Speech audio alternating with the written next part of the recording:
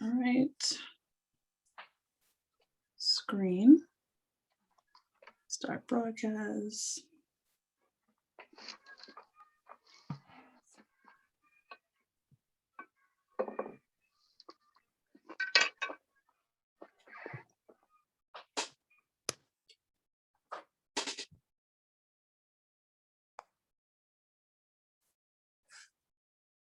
All righty.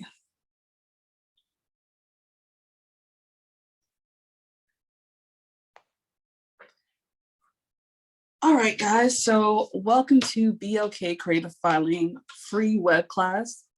This week we're doing how to make a business plan. Again, this is our live class. However, I send a recap video to everyone who is a registrant of the web class. And today's thing is just how to make a business plan. I've had a lot of people ask me this question. I've had at least 3 people send me a message or some type of either text or whatever about business planning. So I pretty much just wanted to talk about it, give you a basic idea. The whole idea of this web class is where you get a touch of it. And then if you decide to move forward, at least you have a good idea to create your own business plan. Again, my name is Jackie McIntosh Shedrick. I am a small business attorney here in New York. I have been an attorney now for 5 years, going on April 1st. I am the owner of BLK Creative Filings. I graduated from Michigan State University College of Law, and I was a valedictorian speaker. I've been a business owner since about 2005, when I started doing open mic nights and presenting events, things of that nature. I am a native of Jamaica, Queens, New York, and I am a huge Mets, Nets, and Giants fan. So let's get into it. What is a business plan? A business plan is pretty much just a roadmap for your company or for your idea. This is when it's a written document and you pretty much describe what steps you're going to take in order to push your business forward. So generally, you're going to define your objectives and how you're going to go about achieving your goal. It's pretty much just it's a written plan that can change, but at least it gives you a plan moving forward. The purpose of a business plan. A lot of people wonder, do I need a business plan? Technically, no. Technically, it's not like a legal thing. However, there are purposes for having a business plan. One is to see if it's feasible, to see if the idea is even feasible. Can you do it? That's the biggest thing. Can you do it? You want to see, is your venture feasible? If it's a good opportunity, you need to do some research with regards to your target market, especially with regards to your competition. Is what you want to do, is there too many people in that area who's doing it at the time? You really just want to understand the success of the venture. So an example I have is Jay wants to open a Caribbean food restaurant in Laurelton, New York. After doing research, he learns there are 30 similar restaurants in the area and discovers that his original plan isn't feasible due to the competitive market. He decides to open a juice bar instead. See, that shows you that Jay, he wanted to do one thing. However, he saw that the competition was a lot and that he probably wouldn't make a good income or probably wouldn't do well because it's such a competitive market. So he decided to change it up and just do something that maybe wasn't as prevalent in the area. 2, money.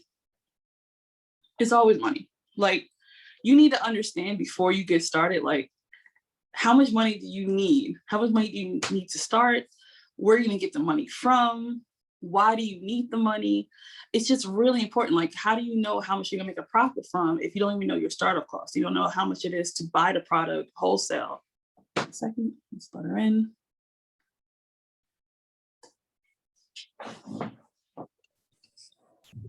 If you don't understand how to even buy the product. So again, this is about money. You want to make sure that you have a really good understanding of product, how much the product is, how much the cost is, how much you have to do to make profit. Knowing your numbers is really important. An example, and this is an example that I think is really common now with the weather warming up in farmers markets. Aaliyah wants to sell an essential oils at a farmer's market. She needs to know how much the oil is. Is the receipt in the bag? Hello? 8557. Is it possible whoever's on there to mute? Thank you. Appreciate it. Aaliyah wants to sell essential oils at a farmer's market.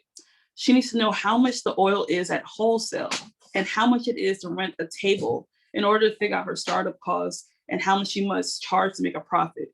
This is really just a numbers game, but honestly, it helps you with regards to investors. They want to know the cost. They want to know how much they got to put in order for them to get their money back.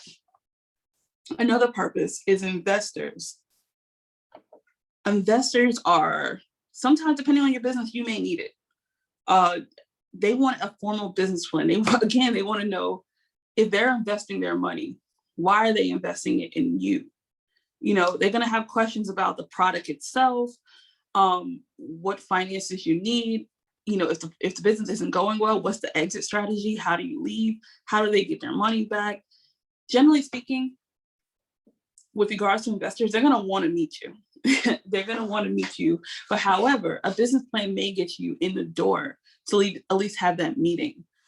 I know a lot of us, the big question that a lot of people have been asking is, how do I get funding for my business? And having a really good business plan is a way of doing that.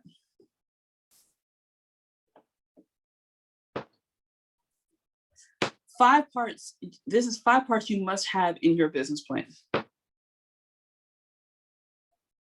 So 1, an executive summary.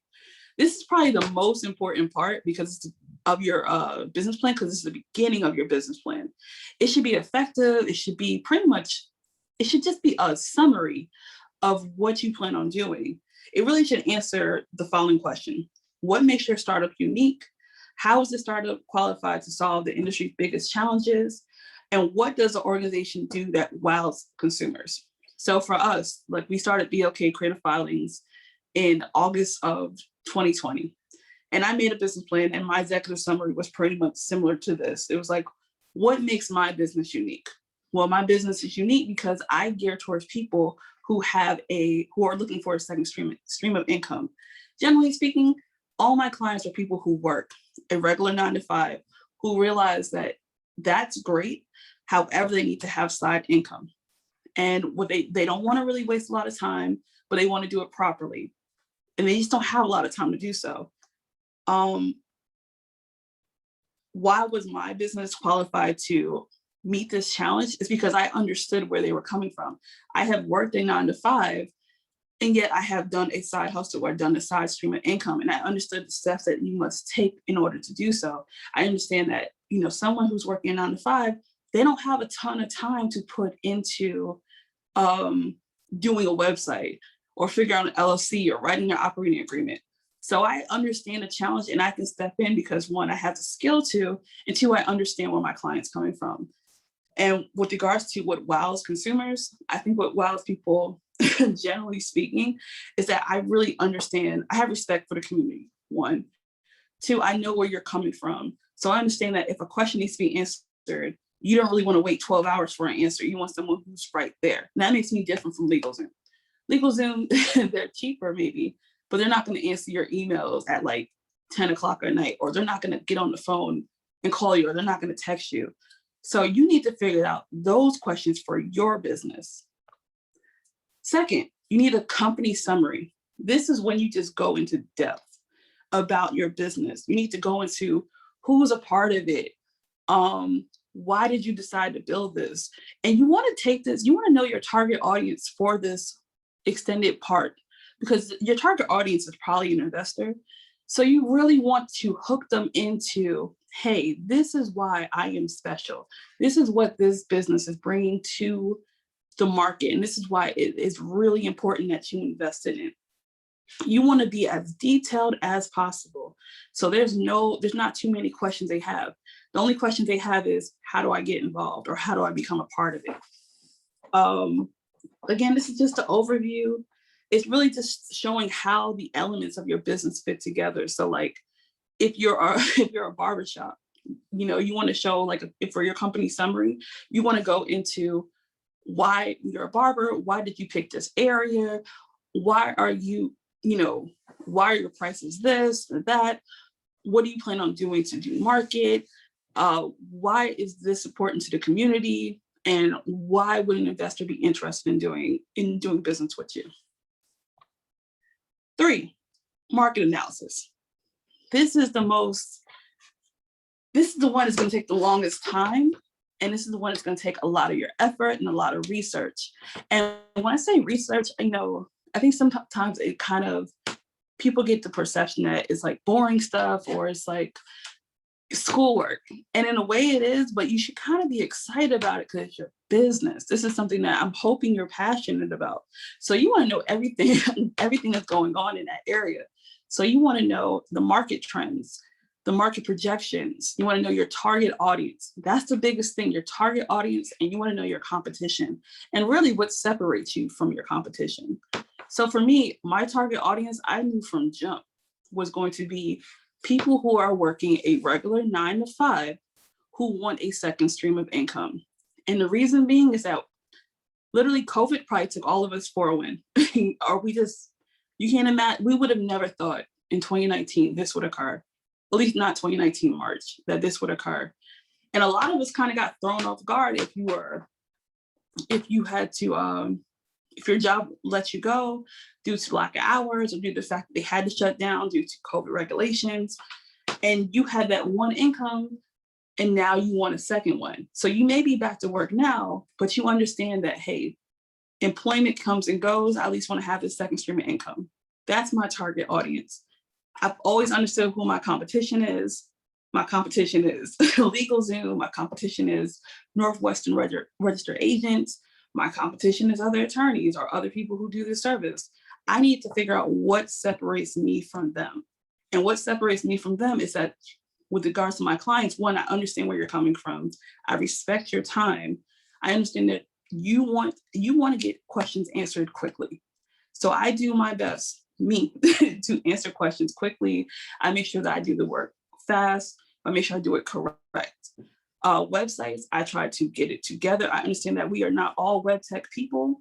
So with regards to my competition, I make sure like, hey, I am with you every step of the way. I'm getting all your responses. I'm making sure my web tech is doing what you're asking for. Sometimes it's just the difference between me and another person that I know how to take someone's idea and explain it to a web person or someone who kind of may not be as personable. So that's what I bring. That's how I'm different to the competition. You need to decide for your business, who is your target audience? How are you going to get them? Describe who your perfect customer would be. And then decide who is your competition. And then decide how are you separate from your competition and what do you do differently so you can market to your target audience. 4, management team. So this is where you want to outline who is on your team, who is going to help you get your goal moving forward. Really important. Your investor or this investor is going to want to know who is going to be the person who's going to pick up the phone, who is the person who is leading the goal, who is doing the marketing. It could be you. Just explain on why you're qualified to do this and what steps you plan on taking to make sure that you are going to meet your goals as a business person. So, it's going to be basically like how much are they getting paid? Do they have any stake in the company? What are their responsibilities and duties? What experience do you have? Who are the key leaders? So a lot of people think they don't have a lot of experience. You probably do. Especially if you're opening a business, you just need to make sure that you're expressing it on paper. 5, revenue projections. And I know this is kind of difficult because, again, you may not have started the business yet, so you don't know how much you're going to do.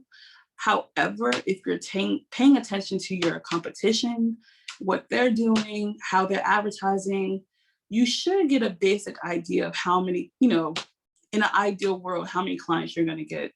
So generally speaking, in order to calculate revenue for a business plan, you're going to multiply the price of your product or service by the expected sales. So, and then it's really simple. It's not a difficult math equation. So my example is Jamar sells band t-shirts. Jamar expects to, based off his following on social media and fans at his shows, he will sell 100 t-shirts. A t-shirt costs $5 to make. He sells t-shirts for $10. So 100 t-shirts times $10, that's $1,000 minus 500 for costs. His projected profit is 500, but his projected revenue is 1,000. So, and that's pretty much it. To learn more, you can go to blkcreativefilings.com. We actually just rebuilt the website, or you can visit us at facebook.com/blkcreativefilings. If you have any questions, feel free to, send me a Facebook, send me a text. I'm pretty easily accessible.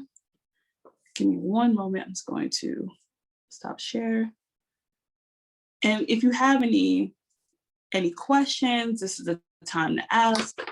I'm going to open it up to anyone who has any questions. I see. Hi, Miss Daniels. Hope you're well. Hi. Hi. If anyone has any questions before we end, let me know. This is generally a shorter one about business plan, but if you have questions, this would be the time. I have one question. I've heard about microfunding or oh gosh, is it microfunding? Microfunding. I haven't heard of microfunding. Doesn't mean it doesn't exist. I'm not aware of it. I might be using the wrong word. Do you mean crowdfunding? No. Crowdfunding is different. Don't worry, I'll email you. Yeah, email me. I haven't heard of microfunding. Yeah. I will say this. I know micro lenders. Is it that? Is that it? Okay. Oh, okay. I think it's like a new thing where it's like they're private people who are coming together to lend money, and generally you like present your idea to that plan. So it's almost like crowdfunding to a degree, but it's really geared towards loans. It's not like, oh, you're selling a service like pre-sales, whatever. In this thing, it's like you're presenting your idea, normally have a plan, and then if they decide to lend to you, they normally lend to you at like a reasonable interest rate. With regards to me, I use the business plan really just to strategize moving forward. And I try to relook at my business plan every 3 months or so. And I did my business plan on a legal pad. Like I was just at home one day. I was like, you know what? I'm doing this idea. What do I need to do? How much do I need to cost? How much is the cost? What do I need to charge to make a profit? How much do I think my time is worth to do this? Figuring out my target audience was the biggest part. And I think it helped me the most to build BLK because I knew who I was going after. I wasn't going after everybody. I'm fine with that. The majority of people I probably don't want as clients, but people who I do want as clients are people who are similar to me, who are regular working folks who have a 9-to-5 and they want to start something different, but they just don't have a lot of time. That's it. They're limited on time. They don't want to play games. They want their text messages answered. That's always been my goal too for people. But yeah. Yeah, because they suggested a business plan for, I guess it's like your pitch, right? That's what the whole purpose of the business plan is for a pitch. Hoping that you can reach out to the right people to either invest in you, help you. Basically, for me, it would be guidance at this point because there's not too much as far as like I'm providing a service like you. And as far as my competition, I think we all pretty much doing the same thing. Some of us have added licenses to do either radon, but we don't have too much radon in New York. Right. But termite, things like that, but it's all similar. Yeah. So as far as like having that what's that? What did you say? Target, what the competition, what makes you different? Yeah, the competition, what makes you different. So I have to find something else to. Yeah, there has, because everything, honestly, when it comes to lawyers or it comes to anything, we all basically do the same thing. It's just the approach that we do it. Some of us are a little bit more stern or a little bit more pragmatic. Other people are more personable. Some people decide to have their administrative staff answer their calls. Some people pick up the phone themselves. You know, my thing is, I've never been, if I'm ever scared to pick up the phone because of someone, that's a problem. So I've always been a big fan of picking up my own phone. What makes you different from the other person? And it's not always the services themselves, it's how you do the services that separates you.